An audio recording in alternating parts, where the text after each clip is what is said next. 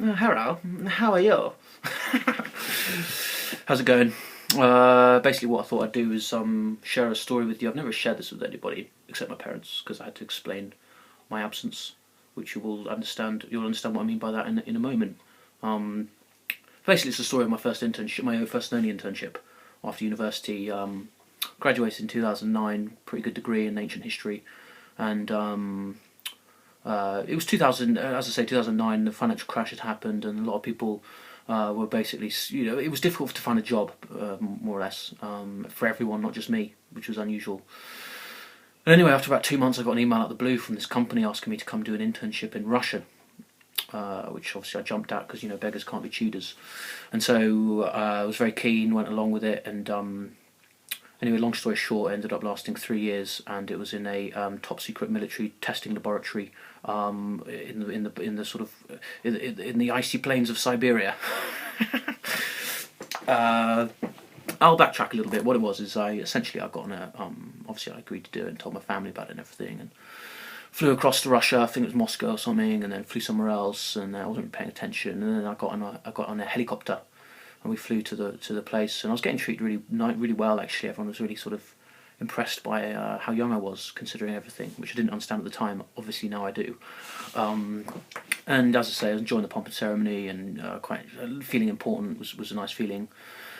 And they had a big old welcome pie for me and everything, and showed me all this really incredible stuff. Because as I say, it's top secret, so no one's supposed to know. But they're like doing some amazing things. I basically saw a horse move objects with the power of telepathy, in this sort of metal cap they made him wear, and he was just moving stuff around. I saw a kangaroo with 4 arms. And anyway, basically in the evening we had this do, and this was where things started to unravel a little bit, because I was asked to give a talk at dinner about my research into, I believe it was the possibility of a kangaroo-human hybrid. So of course I panicked, and I just sort of waffled on. I can't remember what about, but when I finished there was a sort of deathly silence for a good 10 seconds, after which time the sort of head of the whole facility ended up slamming his forehead on the table repetitively, and everyone broke out into sort of Russian arguing.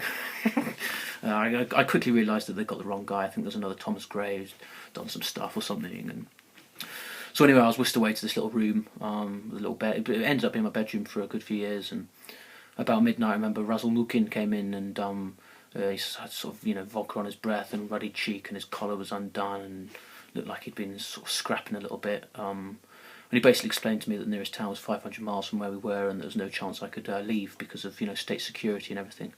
Which I did understand, but it was pretty annoying because at the time I just subscribed to Love Film, which was the circa 2007 precursor to Netflix, where they deliver DVDs through your door every 2 weeks, and even then I realised that it was very unlikely they're going to be delivering to sort of isolated military complexes in Siberia. So I was stuck, and for the next while I ended up working under Dr. Pavlenko, who was basically what my daily routine was: get up in the morning, and then I'd have to go and rub shampoo formula into the bloodshot eyes of furious suicidal chimpanzees. Let me tell you who the number one public enemy amongst chimpanzees in Siberia was. This guy. Understandably as well, but I had to do it, and I was never told why, because the thing is they didn't tell me anything, because obviously I wasn't supposed to be there and so on. It didn't make much sense to me, because in the block across from us they were looking into levitation. There was 5 blocks looking into different sort of aspects of stuff, and they were doing levitation, which sounded way more interesting than what I was doing. But to be glad, in retrospect, I'm glad I was where I was, because I was considering for a while. I was pretty down for a few years, and I was considering basically using levitation as a means to escape, fleeing. I didn't really understand the technology, but I thought I'd give it a go. But basically, about 9 months in, they did the first test on it was the local errand boy Ruslan, who sort of brought us our papers and stuff. But up to that point, everything had been done in the laboratory, and they decided to do it in the open air to see if there was any difference. And they sprayed him with the stuff. It was just a spray, and he started levitating, and everyone was very excited and congratulating each other. And as we were congratulating each other, we didn't really realise, but Ruslan was just getting higher and higher, and that joy soon turned to sort of quite intense disappointment, as we just sort of watched Ruslan float off into the sort of icy snow blizzard, and never saw him again. It was terribly sad. I remember all just standing there silently and breaking off one by one and going back to whatever we were doing and never talking about it again. So I'm glad I didn't try that means of escape. But how did I escape? Basically what it was, don't tell anyone, but I cloned myself.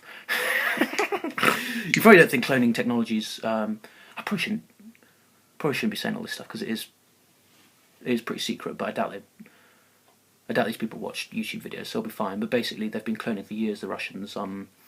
What they do is they clone people, and then they clone dictators, and then they ship them off, and they act as sort of stunt doubles and bodyguards and stuff like that. And for example, Kim Jong-il 7.0 was one of my good friends, stayed in my bunk for 3 months, and genuinely got on. So I knew about this, and basically there was a guy called Igor who he was responsible. He was sort of in charge of the cloning research stuff.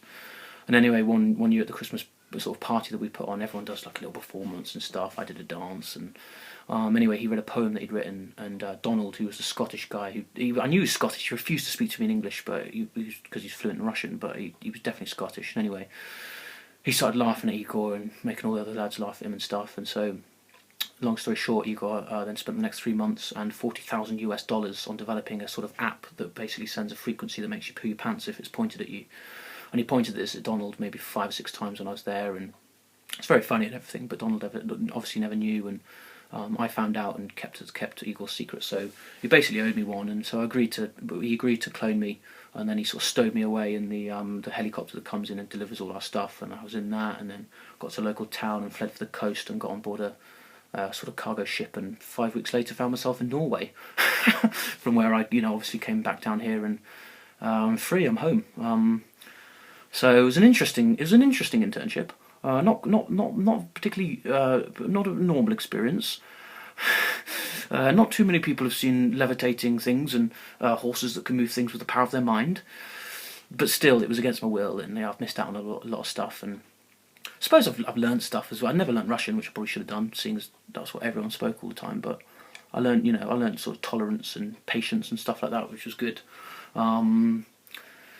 So yeah, it's good to be back. I mean, there were a few little problems. First of all, I did notice after getting in the shower that I have a sort of barcode tattooed on the lower bit of my back, which I didn't realise before.